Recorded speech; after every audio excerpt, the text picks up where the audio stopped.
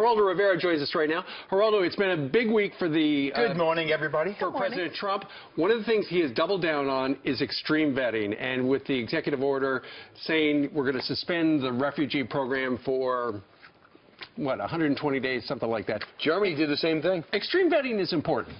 What did you just say? Germany also is curtailing their refugee program as well. You mentioned Germany, and I think that's very significant because what we do not want is a repeat of the paranoia that gripped this country in the build-up to the Second World War, where Jewish and Italian refugees particularly were kept out of this country, desperate to flee the spreading Nazi influence in Europe, and we kept them out because we suspected that they were closet Bolsheviks.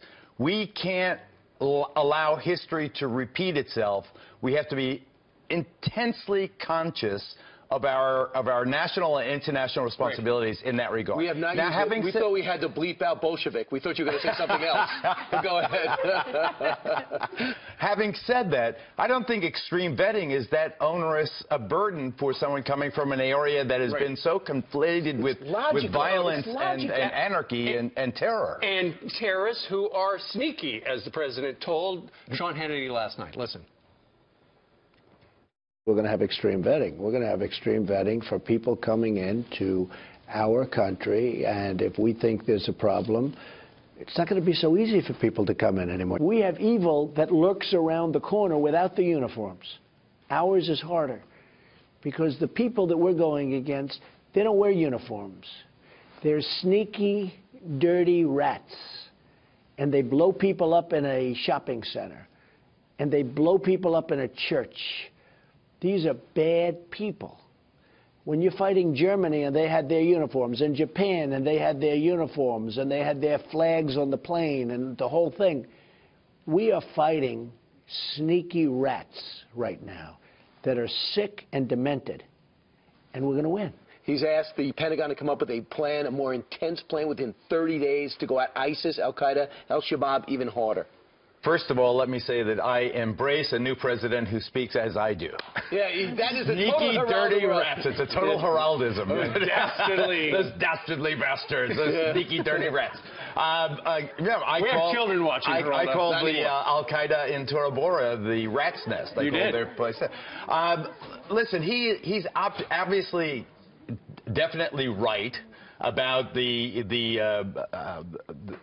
underhanded nature of warfare, asymmetrical warfare, the ignoble aspects of it. They will do anything they can. They'll put a bomb in a baby's they'll run over you in the street. Well, they'll do whatever and he's right that we are up against a very formidable foe, if irregular. So first of all, I thought that was the best line in Sean's interview. I thought that was the headline grabber. So obviously the producer agreed with me, and I liked the interview with Sean very much. I thought that I was very impressed, although I've been around forever, to see the Oval Office, to see them walk through the colonnaded, it was cool. from the West Room and all the rest of that. But having said that, the president uses vivid language. He uses the language of, dare I say to use that word again, the Rat Pack kind of. I really identify with him generationally. He talks like a New York Post. He talks like a New York Poster. He talks like a New Yorker. So this weekend he's going to be talking to the president of Russia, Vladimir Putin, tomorrow. We talked to Kellyanne Conway about that conversation, what he's expected to say on the phone with him. Listen to what she said, and we'll get your reaction.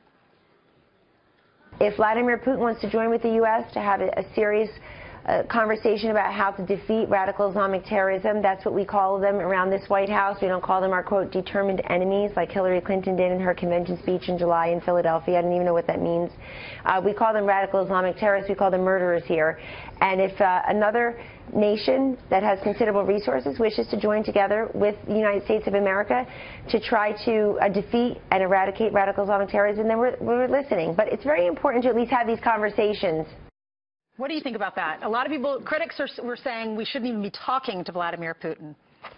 Putting aside the role Vladimir Putin and the Russian intelligence agencies played in trying to manipulate our election, putting that issue aside, I absolutely agree with President Trump that we have much more in common with Putin right now than we are at odds with Putin. For example, Syria. Trump saw early on that Putin had the winning side. What is the winning side? The Assad government and the Shiite segment of the population, the Syria that existed before the Arab Spring, that was the winning side. The other side, the Sunni side, and that's the side that's bleeding now, and I feel it's awful for them, and that's where the refugees are coming from, but it is also the cradle of Al-Qaeda, al-Nusra, ISIS, and so forth. Putin is right that ISIS has to be crushed first, that Assad and his government have to be stabilized, and I think that even in Ukraine, you have Russians on the eastern side of the Ukraine border, and Russia now controls at least a fourth of Ukraine, say. But people forget that prior to the coup in Ukraine, Russia controlled all of Ukraine. There was a Russian-leaning government in all of Ukraine. Now he's got 25%. They used to have 100%. Right. I think there's things in common.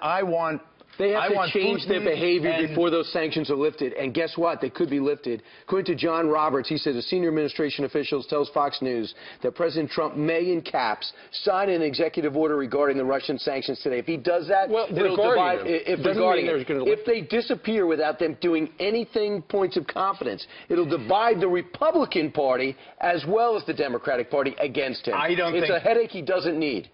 Well, what is the purpose of the sanctions exactly? To punish bullying behavior on neighbors. Yeah, we have now mobilized NATO in Eastern Europe. But you can't. All right, I hear you.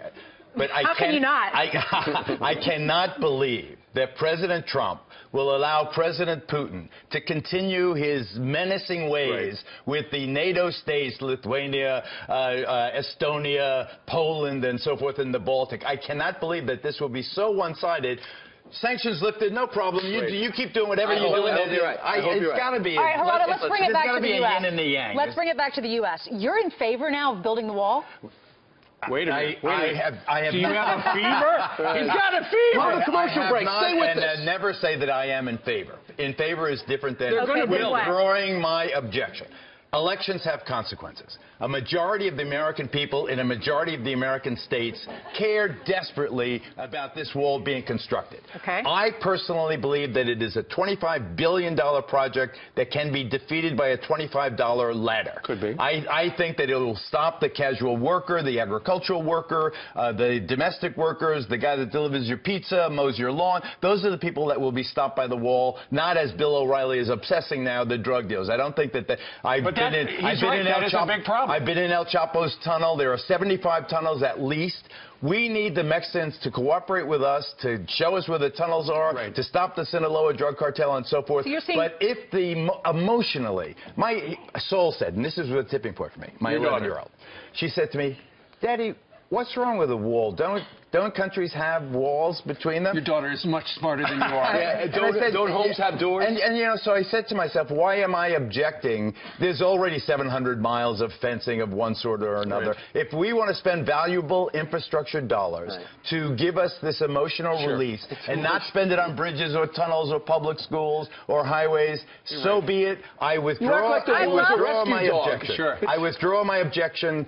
Build the wall. If you feel better that the wall is built, God bless. I love that so many people I love that so many people have tried to convince you over the years to and now your daughter just says that, and all of a sudden you change. That's right. Essentially, your daughter is saying, Dad, what's the matter with you? Hey, by the way, welcome to 2017.